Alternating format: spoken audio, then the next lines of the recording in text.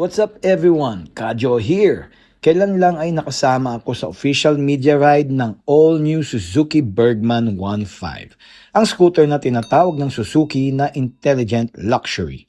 Kasama ako sa ilang mga fellow media riders at influencers na sinabak ang scooter na ito sa real-world test sa traffic ng Metro Manila. Mula sa Roosevelt, Quezon City, tinahak namin ang C5 hanggang sa makarating kami sa power plant Rockwell sa Makati. Honestly, napaka-smooth ng Bergman 1.5 sa biyahe na ito. Pag-usapan muna natin ang specs ng Bergman 1.5.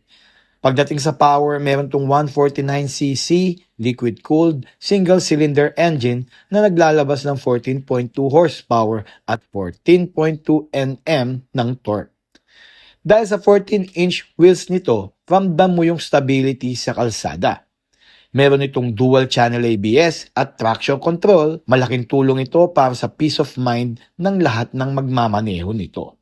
Hindi lang siya malakas, matipid din to sa gasolina. With a claimed 43.6 kilometers per liter sa 8-liter fuel tank capacity, talagang matipid ito. Full-color TFT display na rin at intelligent keyless system. May tire pressure monitoring system at may dalawang USB-C charging ports para sa inyong mga gadgets.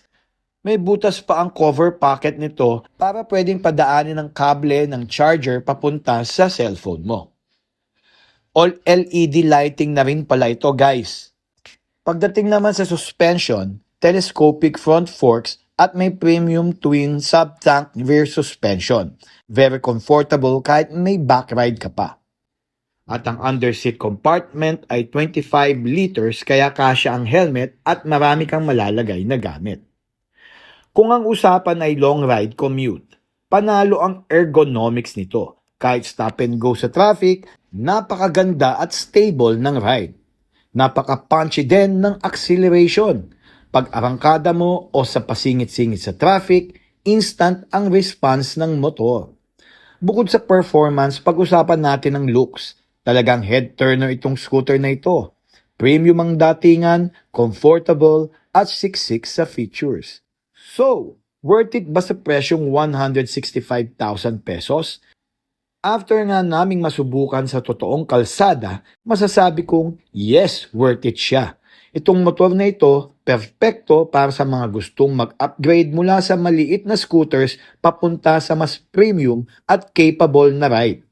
Ang aking final verdict, ang Suzuki Bergman 1.5 ay hindi lang basta scooter. Ito ay isang lifestyle upgrade para sa mga riders na gusto ng smooth and stylish na biyahe araw-araw.